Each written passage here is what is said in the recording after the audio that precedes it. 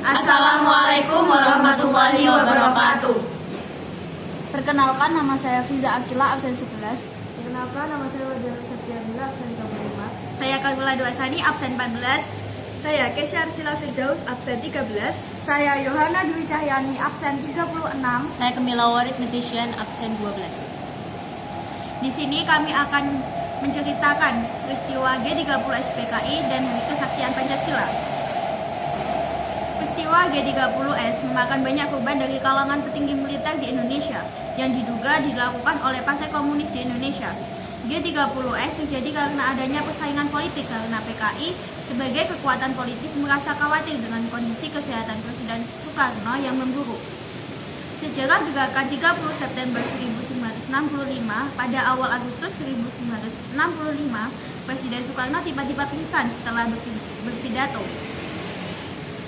Banyak pihak yang beranggapan bahwa usia beliau tidak akan lama lagi.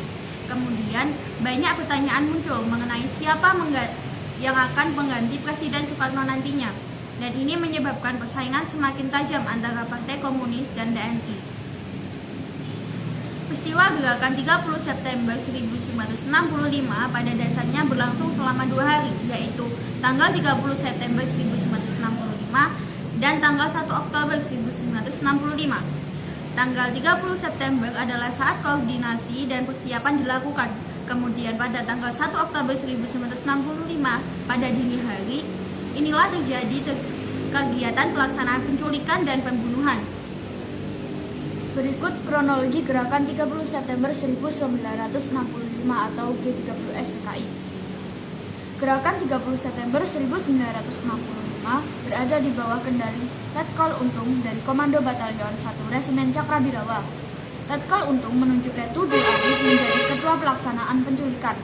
Pasukan bergerak mulai pukul 3. 6 jenderal menjadi korban penculikan dan pembunuhan, yakni Letjen Ahmad Yani, Maijen R. Suprapto, Maijen Haryono, Maijen S. Parman, Brigjen DI Panjaitan, Brigjen Sutoyo, dan Perwira Letu Tendea. Keseluruhannya dimasukkan ke dalam lubang di kawasan Pondok Gede, Jakarta. 1 jenderal selamat dalam penculikan ini, yakni Jenderal Ahana Sution. Namun, putrinya menjadi korban, yakni Ade Irma Suryani, serta ajudannya Letu Tendea.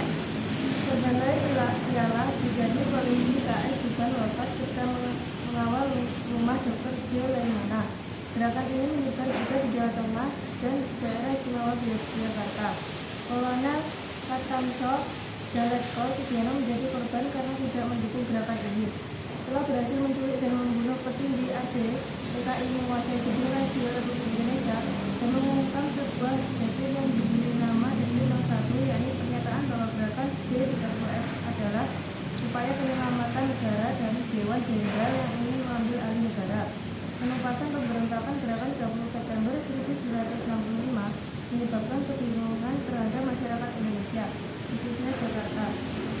Mereka mempertanyakan kemana para petinggi angkatan darat tersebut karena tidak ada yang mengetahui keberadaannya. Kemudian hal tersebut direspon oleh pemerintah. Maijen Soeharto sebagai Panglima Kostrat, Komando Cadangan Strategis Angkatan Darat, mengambil kesimpulan bahwa para perwira tinggi itu telah diculik dan dibunuh.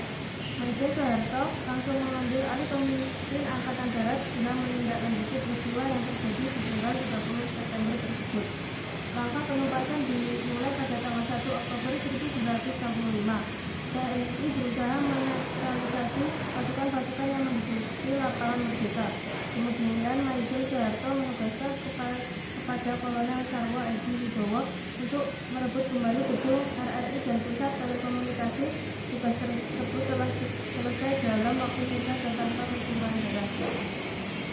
Dengan dikuasainya RRI dan telekomunikasi pada jam 20.00 waktu Indonesia Barat, Soeharto mengumumkan bahwa telah terjadi perebutan kekuasaan oleh gerakan 30 September.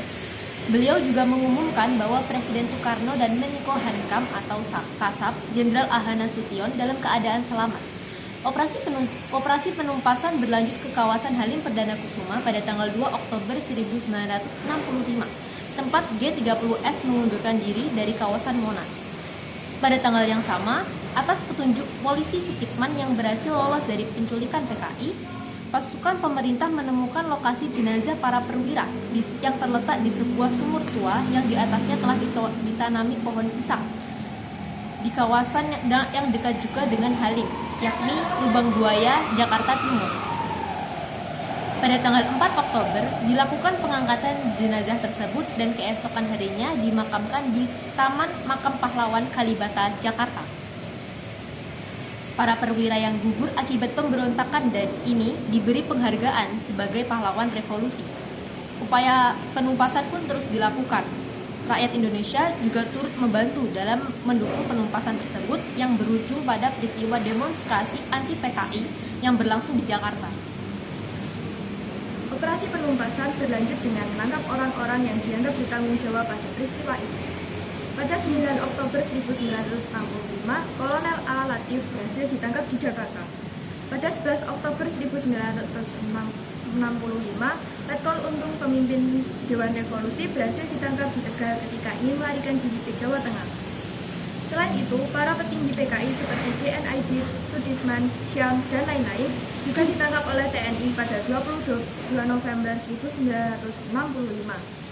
Setelah itu, pada 14 Februari 1966, beberapa tokoh PKI dibawa ke hadapan sidang Mahkamah Luar Biasa atau yang disebut Magniluk. Desakan rakyat semakin ramai menuntut agar PKI dibubarkan.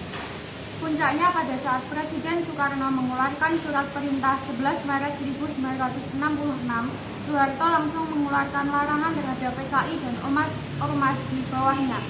Dan 1 Oktober diperingati sebagai Hari Kesaktian Pancasila. Penyebab diperingati Hari Kesaktian Pancasila disebabkan oleh sejarah kelam pada 30 September 1965. Dengan diperingati hal tersebut agar kita mengingat bahwa Indonesia pernah memiliki sejarah yang begitu kelam terkait dengan kemanusiaan.